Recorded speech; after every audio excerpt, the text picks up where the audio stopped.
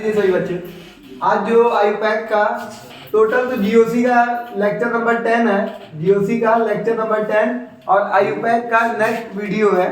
ध्यान दीजिए, इसमें फंक्शनल ग्रुप सेकंड के बारे में बात करेंगे, मतलब कैटेगरी सेकंड के बारे में बात करेंगे। कैटेगरी सेकंड में क्या आता है, सिंपल सा दो बातें को आप लोग को ध्यान देना है।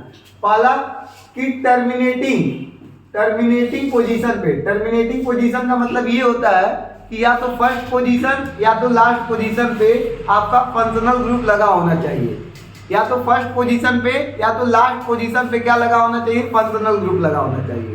तो इसमें कौन कौन से फंक्शनल ग्रुप आते हैं, एक आता है CHO जिसको एल्डिहाइड बोलते हैं, एक आता है कार्बोक्सिलिक एसिड, इसको हम लोग एसिड हैलाइड बोलते हैं, इसको एसिड अमाइड बोलते हैं, इसको एसिड एस्टर बोलते हैं, और ये एसिड एनहाइड्राइड होता है और इसको साइनाइड बोलते हैं। तो ये जो कैटेगरी में आते हैं, सेकंड कैटेगरी में आते हैं, जो कि आपका टर्मिनेटिंग ग्रुप पे लगे रहते हैं।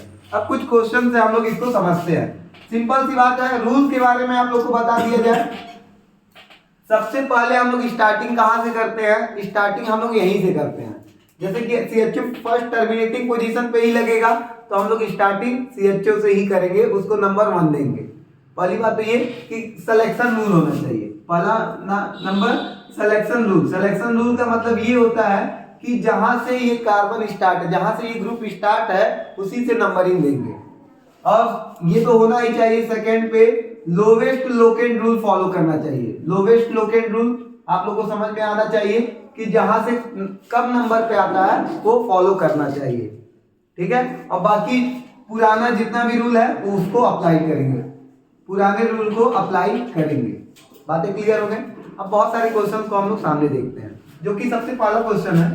अगर आपके दिमाग में ये क्वेश्चन आ रहा होगा CHO और यहाँ पे ऐसे बना हुआ है, सबसे पहला प्रायोरिटी आप लोग को ये पता होना चाहिए, यहाँ पे फंक्शनल ग्रुप लगा हुआ है, मतलब कि यही आपका मेजर चेन बनेगा, इसको लेके ही बनाना है।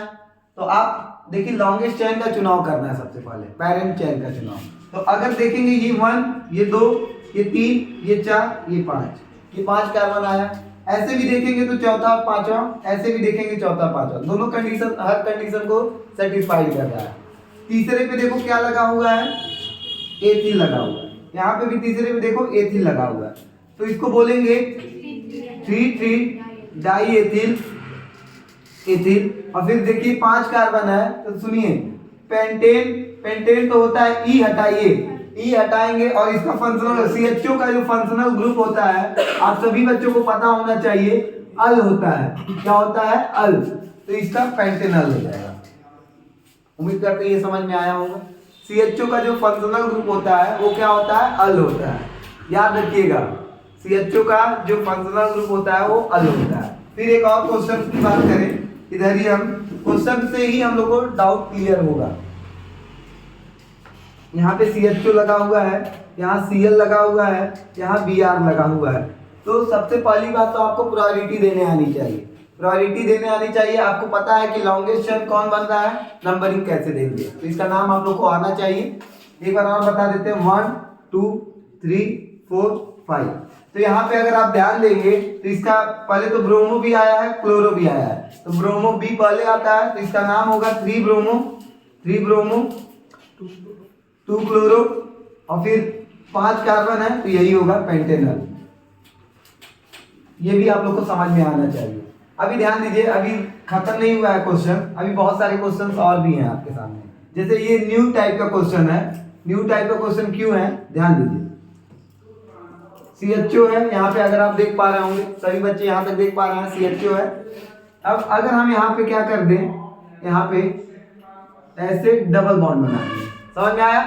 और यहाँ पे हम लोग बस ऐसा एक क्वेश्चन दे दिया सिंपल सा, ठीक है ना। तो बात ये है कि लॉन्गेस्ट चेन किसको मानेंगे। अगर बच्चे देखेंगे तो कहेंगे 1, 2, 3, 4, 5, 6 कार्बन है, दिखने में तो सही दिख रहा है 6 कार्बन।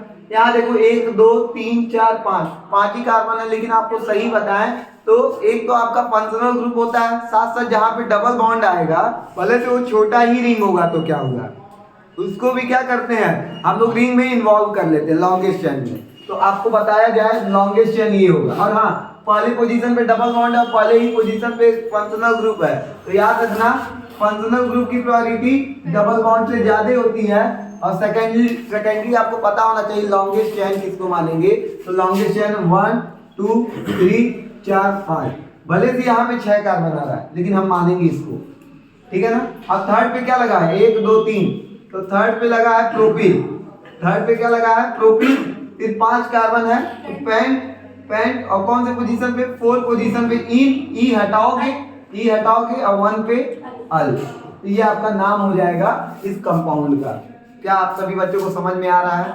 एकदम हर एक बातों को समझना है। पहले यहाँ तक नोट कीजिए फिर आगे हम लोग बढ़ते हैं। पहले नोट कीजिए, ध्यान दीजिए सभी बच्चे। ये एक स्पेशल केस है एल्डिहाइड का। एल्डिहाइड में आप लोग को सभी बच्चों को ये पता होना चाहिए कि इसका सफिक्स अल होता है। एल्डिहाइड में जो सफिक्स होता है वो क्या होता है, अल होता है। लेकिन एक हम आपको बता दें, इसका एक स्पेशल सफिक्स होता है जिसको कार्बल्डिहाइड बोलते हैं या कार्बल्डिहाइड बोलते हैं। अब बात ये आता है, बच्चों को तो ये पता चल गया कि सर इसका एक स्पेशल सफिक्स होता है जिसका नाम है कार्बल्डिहाइड। ये यूज कब होता है, यह यूज तब होगा जब आपका एल्डिहाइड समूह आया भी हो लेकिन लॉन्गेस्ट चेन में काउंट ना हो।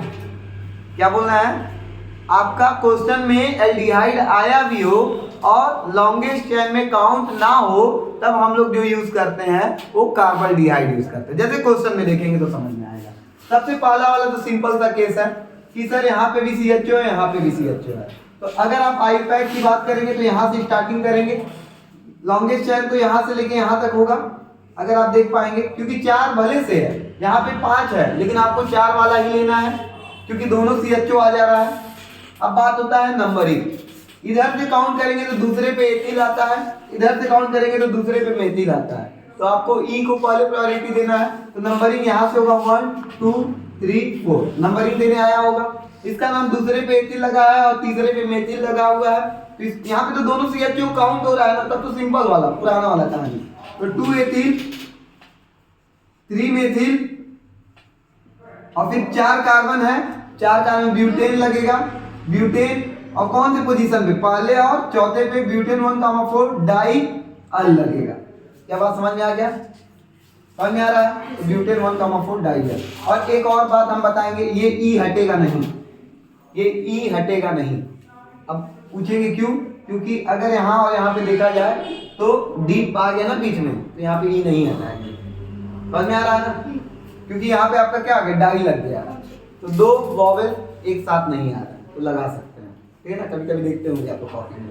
चलिए ये देखिए, ये तो सिंपल सा केस हम लिख दिए हैं। नंबरिंग आपको पता है सर ऐसे देना रहेगा, हाँ।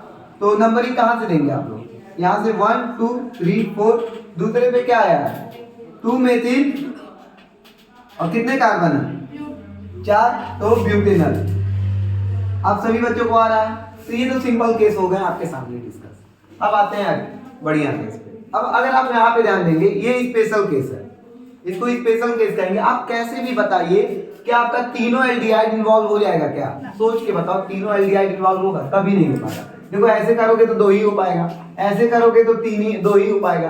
तीनों एल्डिहाइड मतलब जो भी आपका एल्डिहाइड ग्रुप है इन्वॉल्व नहीं होगा, तब इसको हम दूसरे तरीके से नाम देते हैं। कैसे, देखो नंबरिंग आप देंगे तो यहाँ से देंगे तो 1 2 हो जाएगा, लेकिन 1 पे 2 लगा हुआ है, लोवेस्ट लोकेंट रूल, तो 1 2 ऐसे लिखेंगे तो क्या होगा, ध्यान दीजिए। कितने कार्बन है 2, तो लगाइए एथेन। क्या लगाइए, एथेन। कौन से पोजीशन पे है 1 1, 2 पे लगा है, 2 1 पे लगा, और एक कौन से पोजीशन पे लगा है दूसरे पे 1 1 2, और ई भी लगा दीजिए एथेन 1 1 2 ट्राई।